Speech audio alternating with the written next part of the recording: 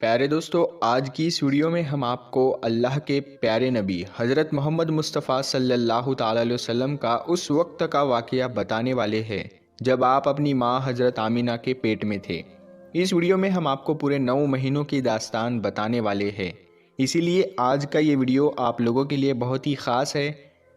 आप इसको आखिर तक ज़रूर देखें।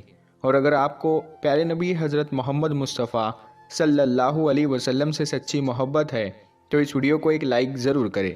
प्यारे दोस्तों, हम जो वाक़या आपको बताने वाले हैं ये वाक़या उस वक्त का है जब हज़रत मोहम्मद सल्लल्लाहु अलैहि वसल्लम अपनी माँ हज़रत बीबी आमीना के पेट में थे। हज़रत बीबी आमीना फरमाती है कि मेरा पहला महीना चल रहा था कि एक दिन सुबह का सुहाना वक्त था। मेरे घर के सारे दरवाजे बंद थे। मेरी आंखें खुली हुई थी कि अचानक से मैंने देखा कि मेरे घर में एक नूरानी शख्स दाखिल हुआ और मेरे सामने आ गया। ये देखकर मैं बहुत घबरा गई और मैंने घबरा कर पूछा कि आप कौन हो, यहाँ पर क्यों आए हो? तो आने वाले उस शख्स ने फरमाया, ऐ आमीना, अल्लाह ने मुझे आपको खुशखबरी देने के लिए भेजा है। आपको मुबारक हो, आपके पेट में जो बच्चा पल रहा है वो अगलों का भी सरदार होगा और पिछलों का भी सरदार होगा। तो ये सुनकर बीबी आमीना ने पूछा, लेकिन आप हो कौन? तो आने वाले ने फरमाया कि मेरा नाम हज़रत आदम है। अल्लाह ने मुझसे कहा कि जाकर ये खुशखबरी आमीना को दे दो, मैं हमेशा के लिए तुमसे राज़ी हो जाऊंगा। प्यारे दोस्तों, हज़रत बीबी आमीना फरमाती है कि उसके बाद मेरा दूसरा महीना शुरू हुआ। वही सुबह का सुहाना वक्त था।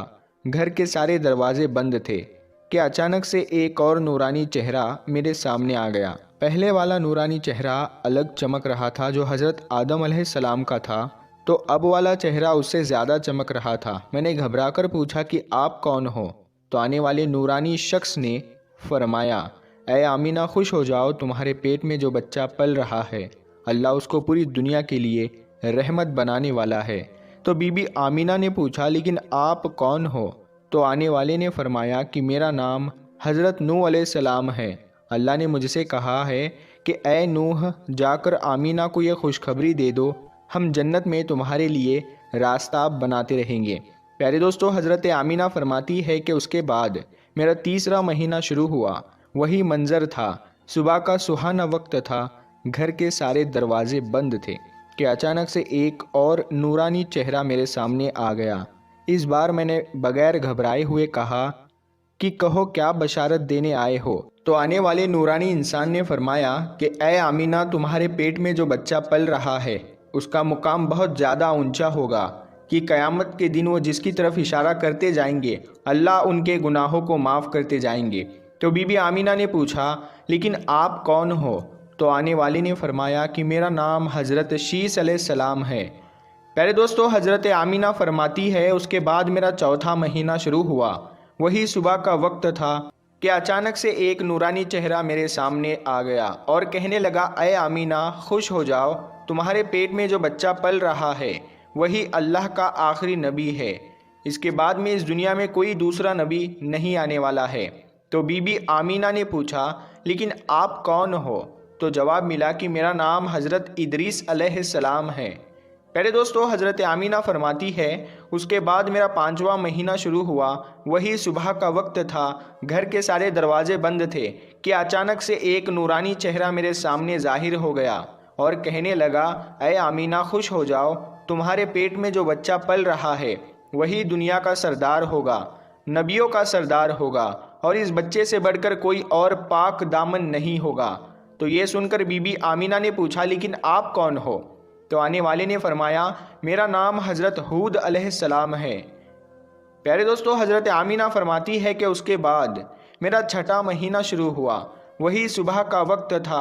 घर के सारे दरवाजे बंद थे कि अचानक से एक नूरानी शक्ल मेरे सामने आ गई और मुझसे कहने लगी, ऐ आमीना, खुश हो जाओ, अल्लाह ने तुम्हारे पेट में जो बच्चा रखा हुआ है वो अल्लाह का महबूब भी बनेगा और अल्लाह का दोस्त भी बनेगा। तो ये सुनकर बीबी आमीना ने पूछा, लेकिन आप कौन हो? तो आने वाले ने फरमाया, मेरा नाम हज़रत इब्राहीम अलैहिस्सलाम है, मैं खलीलुल्लाह हूँ, लेकिन ये बच्चा मेरे से भी बड़ा खलीलुल्लाह होगा। प्यारे दोस्तों, हज़रत आमीना फरमाती है कि उसके बाद मेरा सातवां महीना शुरू हुआ। वही सुबह का सुनहरा वक्त था कि अचानक से एक नूरानी चेहरा मेरे सामने जाहिर हो गया और कहने लगा, ए आमीना खुश हो जाओ, तुम्हारे पेट में जो बच्चा है वो खलीलुल्लाह होगा, वो अल्लाह से सीधा कलाम करेगा। अल्लाह से बातें तो हज़रत मूसा ने भी की थी, लेकिन हज़रत मूसा और अल्लाह के बीच में 70,000 पर्दे थे, लेकिन तुम्हारा ये बच्चा जब अल्लाह से बात करेगा तो कोई भी पर्दा नहीं होगा। तो ये सुनकर बीबी आमीना ने पूछा, लेकिन आप कौन हो? तो आने वाले ने फरमाया कि मेरा नाम हज़रत इस्माइल है। दोस्तों, हज़रत आमीना फरमाती है कि उसके बाद मेरा 8वां महीना शुरू हुआ। वही सुबह का वक्त था, घर के सारे दरवाजे बंद थे कि अचानक से एक नूरानी चेहरा मेरे सामने जाहिर हो गया और कहने लगा, ए आमीना खुश हो जाओ, तुम्हारे पेट में जो बच्चा है वो मुर्तज़ा होगा, वो मुस्तफ़ा होगा, जिससे अल्लाह राज़ी होगा। तुम्हारे पेट में जो बच्चा है उसको अल्लाह ने सबसे साफ़ सुथरा बनाया है। तो ये सुनकर बीबी आमीना पूछने लगी कि आप कौन हो? तो जवाब आया कि मैं हज़रत मूसा अलैहिस्सलाम हूँ। प्यारे दोस्तों, हज़रत आमीना फरमाती है कि उसके बाद मेरा 9वां महीना शुरू हुआ। वही सुबह का वक्त था कि अचानक से एक नूरानी चेहरा मेरे सामने आ गया। इस बार जो नूरानी चेहरा मेरे सामने आया वो ऐसे आया कि जैसे कि वो अभी गुस्ल करके आया हो। उनके बाल मुबारक से पानी की कतरे टपक रही थी। आने वाले ने फरमाया, ए आमीना खुश हो जाओ, तुम्हारे पेट में जो बच्चा पल रहा है वह तमाम इंसानों का सरदार होगा, जिन्नातों का सरदार होगा, फरिश्तों का भी सरदार होगा, और यही नहीं, अल्लाह ने फरमाया है कि वह तमाम नबियों का भी सरदार होगा। तो ये बात सुनकर हज़रत आमीना ने फरमाया, लेकिन आप कौन हो? तो जवाब आया, मेरा नाम हज़रत ईसा है, मैं एक नबी भी था और इस नबी का उम्मती भी हूँ। इसी तरह से दोस्तों, अल्लाह के पैगंबर हज़रत मोहम्मद मुस्तफ़ा सल्लल्लाहु ताला अलैहि वसल्लम जब अपनी माँ हज़रत आमीना के पेट में थे तो एक रोज़ आपकी दादी ने आपके दादा को इशारा करके बुलाया और कहने लगी कि क्या आपको पता है कि ये बहू आमीना बहुत महंगा इत्र लगाती है?